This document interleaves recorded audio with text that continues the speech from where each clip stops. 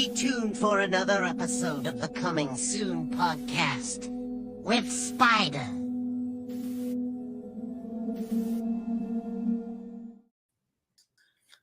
Hey everybody, Spider here once again, Coming Soon podcast, being joined by Kenneth Trujillo. My man, how are you doing, bro? I'm doing well, brother. How are you? I'm doing great, man. Of course, I am in Texas Central, and yourself, you're out there in Atlanta right now, man. Are you out there for work? Yeah, I'm currently out here for a project. Okay. And now, of course, I mean, when it comes to film, I mean, I noticed you are a photographer, and I was just curious if photography was what got you into acting. Oh, that's funny. No, it actually didn't. I picked up a film camera kind of by accident. There was one lying around, and there was like a really terrible shape duct tape kind of holding the barn door shut. I traveled to New York with the camera, and the barn door wouldn't close. So I went to B&H, a photo studio there, to try and get it to fix and also get a replacement battery. And he's like, "Hey, it's not gonna fix it, and what it costs. Why don't you just get a different one?"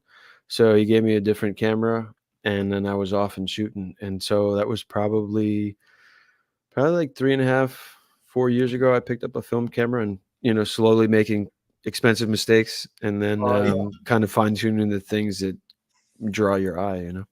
man. Well, I mean, you said you found it by accident, but I mean, that was a happy accident, man. The fact that you actually found something and were like, hey, you know what? Let me use this. Yeah, I'd always been curious about it. But film is expensive, and not knowing what you're doing, you don't see the mistakes that you make till after the film is developed. So that process was kind of a daunting thing in the beginning. But then, you make your mistakes, you fumble forward, and you find the things that you like. And yeah, And I've really enjoyed it. I really have. And I was gonna say at that point you can't afford to make any mistakes, right? No, You- yeah, they get expensive, man. It really piles up. And the worst thing is when you're present in the moment and you think you capture something, and then it's kind of like Christmas, but then you open it up and you're like, "Damn, I missed it." So, Man, and now of course, I mean, when it came to acting, I mean, where did that start off? I mean, how old were you when you just decided to be an actor? um, I think it happened later in life. For me, I wasn't one of those kids that grew up knowing that I wanted to perform and do theater. I kind of it kind of existed previously. In the years that I was in school, but wasn't ever anything that I dove into. It wasn't until later in life. I had a friend who was an actress, and I would help her from time to time tape auditions. Oh, And there nice. was a time where I was helping her tape an audition, and I say the line back to her, and she doesn't say anything. And I look up from the script that she gave me, and I'm looking at her, and she says, "I think you should do this." And I go, "What?" She's like, "Yeah, I think you should do this. I have friends who are actors, and when I ask them to come over and help me tape, it's like I got to really ask them. And anytime I ask you, you jump at it and you get into it. And even though you don't do it, maybe I don't know. I think you should do this." And I thought about that, and I was like, "Yeah, you really think so?" So the short end of the story from there goes that I happened to meet her manager when she was moving away. We had a serious conversation about acting about 2 weeks later, about the business of acting and the preparation and the struggles of it all. And he painted me the worst picture. And he goes, "You still want to do it?" And I go, "Yeah." And went from there. I was studying at an acting studio, and I can't stress enough how much being in a foundational acting class will help any actor that wants to grow, particularly when you're working from theater, because everything that is scripted in a play is written for a reason. So you learn how to respect the text, you learn how to do an investigation of who this character was, the world that they lived in, and so on and so forth. So it was a slow and steady process that I was committed to, and that's like 9 years ago now. So it was like on the cusp of turning 30 is when I decided to pursue acting. Wow. And prior to that, I mean, you don't mind me asking, what were you doing? I was in sales. I worked for a security company, um, and I I made a decent living, and I had a good time doing it. So I also wasn't one of these people who wake up every day loathing their job. No, I had a good time. It was just something that I knew wasn't ultimately at the end of the day as soul fulfilling as, you know, telling stories and being a film artist meant to me. And so it was something that I wanted to pursue. And yeah, just That went was for it. yeah. Man, and I was gonna ask too because a lot of the I do a lot of events. I go to conventions, and a lot of the actors from the '80s. It surprises me a lot that every time I ask them, I'm like, "Hey, how'd you go about doing the audition? I mean, was this something you were planning for?" And more than half the time, they're like, "Hey, I was with a friend, and they picked me. I went audition." He said I wasn't even planning on doing it. I was supporting them, and it happens, and I find that interesting because a lot of times, I mean, it's just like a story, like you were saying. They're gonna look for somebody that fits that role. So if they see somebody they like and they talk to you and they're like, hey, you know what? Like they're exactly what we're looking for. So that does happen quite a bit. I don't know if it happens a lot more these days, but I mean, It still happens. There's this great story that a friend of mine, we have a mutual friend, and he's not an actor, or at least he wasn't an actor. And he went with him to his company's, his talent agency's holiday party. And, you know, his friend was just enjoying the party. And he's standing next to his agent and a casting director. And his friend is like across the bar, and it's an open bar. So he turns to him and he's like, "Hey, I got his beers." And the casting director's like, "Who is that?" And my friend is like, "Oh, that's my friend." And she goes, "I would cast him in something." oh, Who's nice. and she turns to his agent who was standing there. She's like, "You should sign him." And my friend goes over to him. He's like, "Hey, this casting director just said this about you, and now my agent wants to sign you." And he was off and running, and it was hilarious because his first year acting, I think he booked like 5 TV shows. So it's Wow. like those things you never know, and it also makes me laugh too because it there's people who work is always important. A good work ethic is always important, but there are people just who possess a natural talent that they sometimes fall into a role specifically for what they're looking for, and it's like the happenstance of it all. And knowing that story just makes me laugh. It also keeps it. You never know where the opportunity might be, and sometimes it's about being the right person at the right place at the right time, and these things happen. Man, I was gonna say, and this whole time I've been saying no to parties, man. I think I'm gonna start going out now. You never know, man. You never know. That's true. I mean, but I mean, I like those stories because I mean, those stories themselves can be a film within themselves, or a TV series, or an episode. I mean, you can make something out of that, and it's just.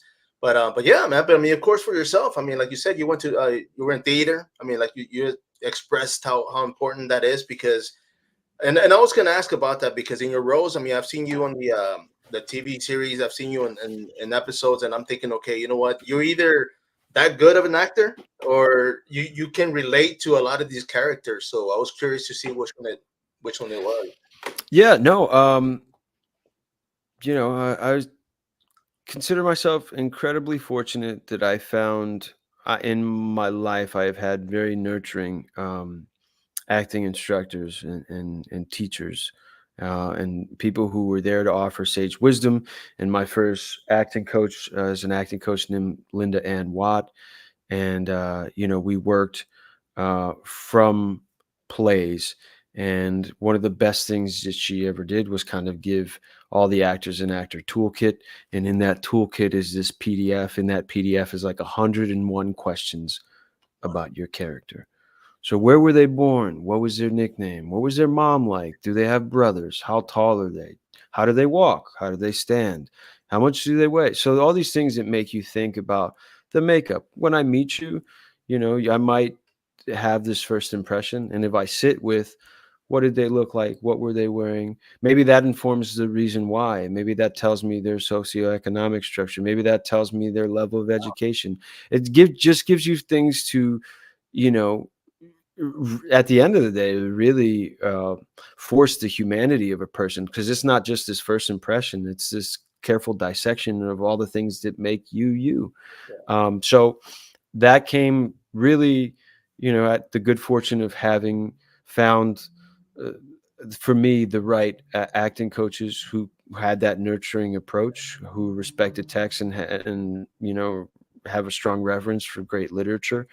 And those things were kind of instilled in me that, when you're going and you're taking on these roles is that level of study and that level of analyzing to kind of respect the process, the character you're playing, the text, the script, and keeping things grounded and also being present. Man, that's actually pretty educational, man. I'm glad you plugged that in because I mean, you don't. I know when it comes to a script, I mean, they tell you, okay, this is this is Bob, he's left-handed, this is what he's doing. But I mean, when it comes to detail, I mean, that's pretty important because I would have never considered the dress as far as what they're wearing because I mean, it does say a lot. I mean, that's one of the key factors I would say, because you don't know what they're coming from. I mean, whether they're blue collar, white collar, are they married, are they, but yeah, man, I'm gonna use that. That's actually pretty cool, man. Thank you for You're plugging welcome. that in. You're welcome. Now, of course, I mean, among other things, because when it comes to being an actor, I mean, you're also a director, and you're Yeah. actually working on the series right now, man. I've been watching them, and on those, among other things, right? And that's no pun intended. But why are those? When you first made those, were you thinking, okay, you know what, these are going to be shorts, or it's going to be a short film? I mean, why? Yeah, no, it happened by accident. It was I had known a couple of the sketch comics that are involved with the project, and we were kicking around ideas of things to work on. And we all had the same free day, and it was like, well, why don't we get together and shoot something? And it was supposed to be an outdoor shoot. The weather turned in the middle of the day out of nowhere, and it just started raining like crazy. So we were like, well, we can move this inside and create a different narrative. And the first episode really was just kind of I wouldn't say a joke, but it was really just like something that was created on the spot, and then we shot it, and then we sat down and we thought about it, and it's like, well, what could or would this be? What would that look like? And so with that series, other things, it's also, they're super bite sized. It's kind of an amuse bouche of like dark, absurd comedy. I think the backbone of each episode really is that there's music from an independent artist, which helps introduce the people who are fans of these sketch comics to the music of the artists who are being featured in the episode. So it's kind of this layered approach, without with without also being uber precious about what you're creating. So it allows for you to kind of look at it in these bite-sized bits, and we get together and we do the thing, and then it's out in the ether.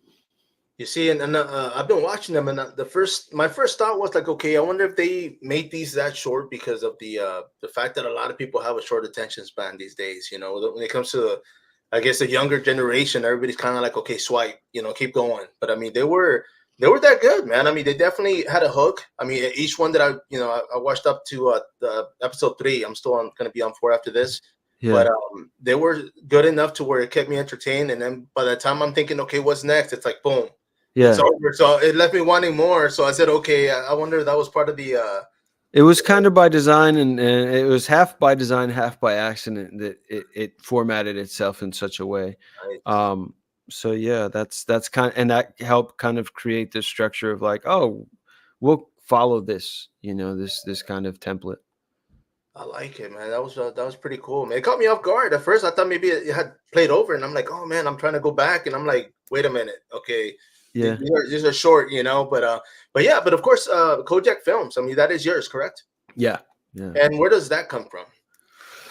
Well, it was birthed out of, I guess, to some degree, artistic necessity. There was, in the infancy, and I'm still in my infancy, but in the infancy of my acting career, there was a week where I had gone out for several projects and I didn't book a single thing. So it infuriated me, and I said to myself, why am I waiting for somebody to pick me for something? I have stories that I want to tell. I have a camera. The camera was in my phone. It was an iPhone 7. I shot this short sketch bit with a couple friends of mine who were comedy writers. And then from there, it came into like people that I met casually. I started shooting these micro short documentary episodes. And then a restaurant said, hey, we see this thing that you're doing. We're doing this collaboration with this brewery. We're doing a beer. How much would you charge us to shoot like our story?" And then I was like, "Oh, they want to pay me for this?" So that started, and then I, took that money and I just continued to reinvest it into this small production company that shoots narrative shorts, documentaries, music videos, and narrative shorts. If I didn't say that already, but yeah, that's kind of how it happened. It came out of the creative necessity and the wanting to do something, and that's how it was birthed. Yeah, that's pretty cool because one of the things I liked, I mean, there's a lot of things you're saying that I'm definitely finding pleasing, man. But the fact that you weren't happy with just waiting around, because of course, I mean, the thing is always to stay busy or get casted or get some work. But I mean, the fact that you're able to kind of do your own thing in between, that's Yeah, pretty cool. it's a well, the other thing is that, like, this particular discipline of art is so different from other disciplines of art, but like if you look at other disciplines of art, i think I think when you do that and you do that honestly, it informs the art that you're practicing. So I'm not a musician by trade. I have friends who are, and they can put on a show at a bar. They can go and gig out tonight and say, "Hey, just pay me in a cheeseburger and a couple beers, and I'll be here for 3 hours singing songs."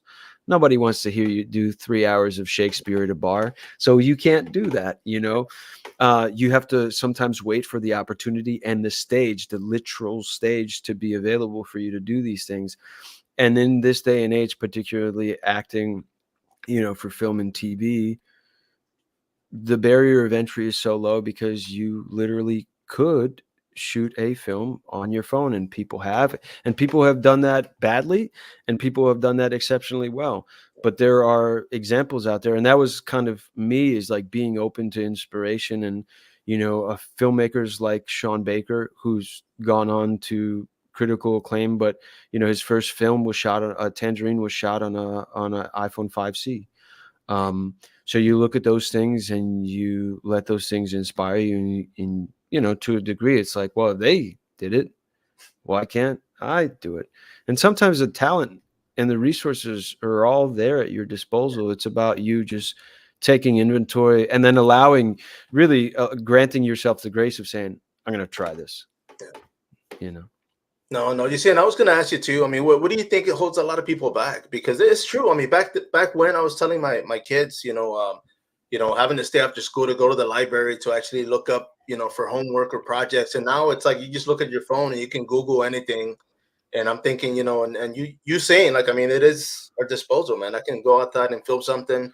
Might be great, might be horrible, but I mean, what do you think stops a lot of people from pursuing this? Um, if I had to take a stab at it, I would say it. I think it's the fear of what people will say about your failures. Because you're gonna fail. You're gonna fail. You're Yeah. gonna fail. Big or small, you're gonna fail. But you learn from those things. Like, hey, I should have edited that a minute shorter. It runs too long. Okay, next time I know I'm being more attentive to how I'm cutting the film. Or, man, if only I had waited so I could hire that guy to do the sound for my thing, because the sound sounds so badly. And so, okay, now I know. But sometimes it's like, well, if somebody sees this and they're like, "This is so terrible. I can't believe somebody would even make something." Like, there are there are a lot of bad things Oh out yeah, there. yeah, But I think the fear of making something bad and people saying, "You suck, you should quit," or whatever, I think that stops people. It's just simply the fear of failure. But the truth is, you're gonna make mistakes, but at the end of the day, your L's are your L's. And are artistically, and particularly with something like this, like, you know it's a little bit difficult, again, because it's not just you. It's not like, "Oh, I played that note wrong, but it was just me." It's like, no, I messed up the entire band because I didn't do that. It feels like that sometimes with film or theater or TV, because you know in essence, you're a bunch of artists coming together to paint on the same canvas. So maybe that seems really daunting to people, but the barrier of entry is so low nowadays that before it used to cost people money to make these mistakes because they had to rent a cinema camera that wasn't affordable to own. Now you have one in your pocket, Yeah. and you pay $65 a month for your cell phone plan, and you got a cinema camera, so, and people used to pay and shoot on film, so now, hey, if you make a mistake, you didn't like it, you could always delete it, and then it's like it didn't exist. So, you know, don't get in your own way, and try the things No, no, aspire to be great at. you see, and that was one of the things too, because for me, I mean, I've been doing the podcast for two going on 2 years this month actually, but before this, I've been covering combat sports, and I've been covering combat sports since like 2005. So I've been doing interviews, video, photo. I've been cage side looking at the UFC. I've been at Strike Force, all these big promotions, but I don't think I've ever had any negative feedback. If anything, it was probably blocking somebody's way while I'm cage side. They're like, "Hey, get out of the way," but yeah, man. But I think any feedback is good feedback. I mean, if people are gonna hate it or like it, as long as they respond, I think you're winning. I mean, of course, you don't want people to boo you, but at the same time, it's like, you know what? At least people are watching. I mean, everybody's gonna be critical.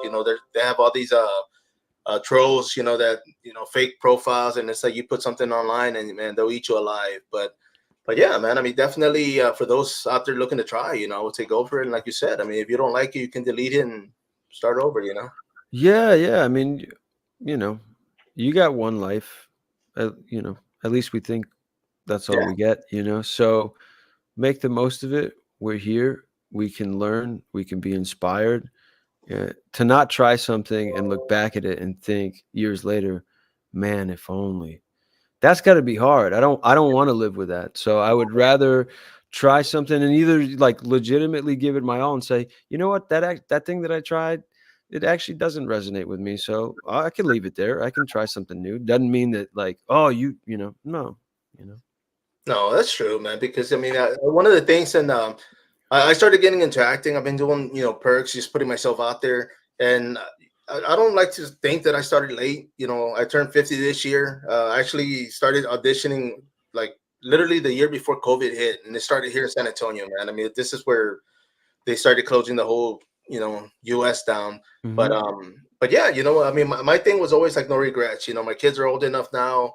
No, I don't regret being a dad because they were my kids, and I was definitely a provider and being there for them for everything. I still am. But now that they're grown and on their own, I said, okay, you know what? Now I have the time to go out there and play and venture into a couple projects and see what's out there. But yourself, I mean, when it comes to being an actor, does this run in the family? Do you have anybody out there doing this? No. I think that was the most daunting thing getting started was that I didn't have a frame of reference for any of this. I don't have any artists in the family that are super close to me to even have a semblance to be like, hey, what has your journey been like? So that was the other thing. Like I wasn't really surrounded by anybody who had ever done this. Yeah. So the sheer fact that I said I wanted to do this, people were like, You? what? So no, I didn't really have that. It was just the will to be open to learning and finding places where I could learn and also practice and get better was what I knew I had to do. Sweet, man. And of course, I mean, you never stop learning, I would say, especially in No. the trade. I mean, this is the craft, but I mean, it keeps getting sharper and sharper. Man, before we run out of time, my man, I did want to ask you about this right here. Tell us about I Will Never Leave You Alone. Yeah, I Will Never Leave You Alone comes out this month. It's going to be in select theaters on the 18th and VOD. So you can pre-order right now. But the story came about DW Medoff, the writer-director, had been working on the story, shared it with me. We had the opportunity to kind of work on it together, along with the actress who plays my wife, Katerina Eichenberger, and she just tremendous to work with and have that time to kind of develop a story that deals with trauma, deals with the loss of love, deals with relationships, and then it's set to horror, so you have that supernatural element that kind of wraps you in and never lets you go. So yeah, I hope people buckle up and they get ready for an emotional journey because it does get heavy. Um, but it was an honest exploration into kind of these subjects and these themes, and Yeah, I hope people enjoy it. And now, when it comes to your character, how did you prepare for this one?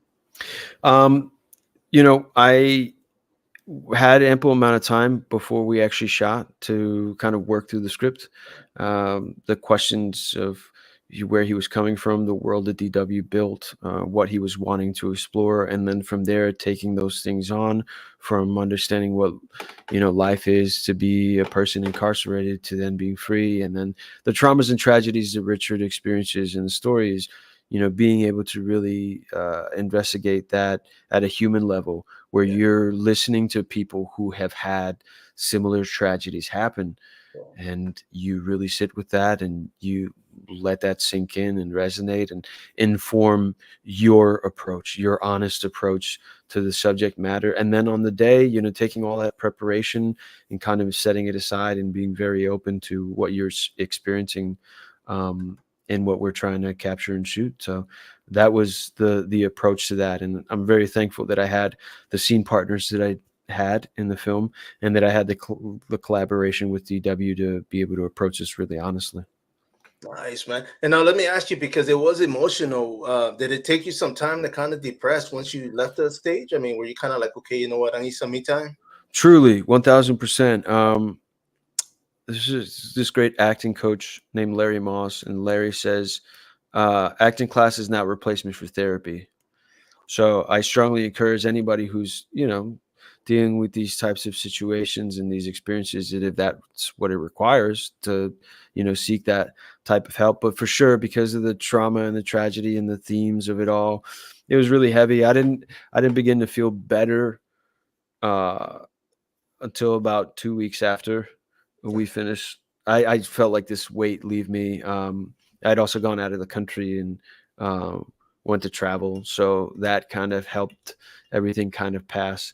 And I had a conversation with DW when I came back, and we talked about that, and he was like, "Yeah, yeah, me too." Like it was Wow. heavy. Okay, so it was good. Yeah, yeah. And now let me ask you, because it is October. Now, on top of this film, I mean, that definitely people should put on their list. What are your top, I guess, three films that you watch every October, man? Halloween time. Uh, uh, Well, The Thing is a horror film, and I like to watch it in the winter months, but I always enjoy it as like a classic sci-fi horror film. I love that film.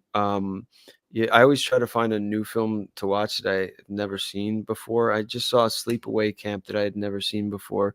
But then, your classics, you go back and you watch Oh yeah, the original Halloween, yeah.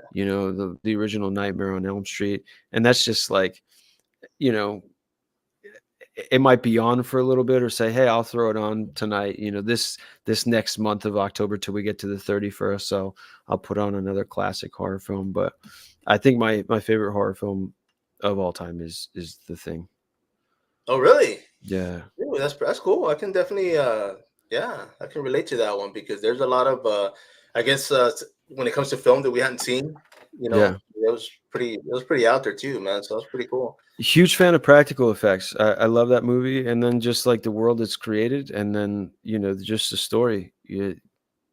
No one in that movie is a bad guy, Yeah, and they all die. or yeah. or at least that's what that's how it's You have to framed at believe, the right? end. Yeah. Now, I mean, as an actor, man, I mean, is there one role or one film that you would love to be on, man? Like, say, let's go Like for if they this. remade it and they said, "Hey, you can be anybody." Yes.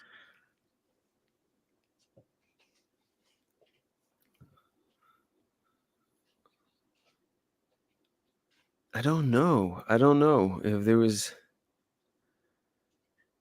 This is so obscure, but it's funny to me. So since you asked, I'll say it.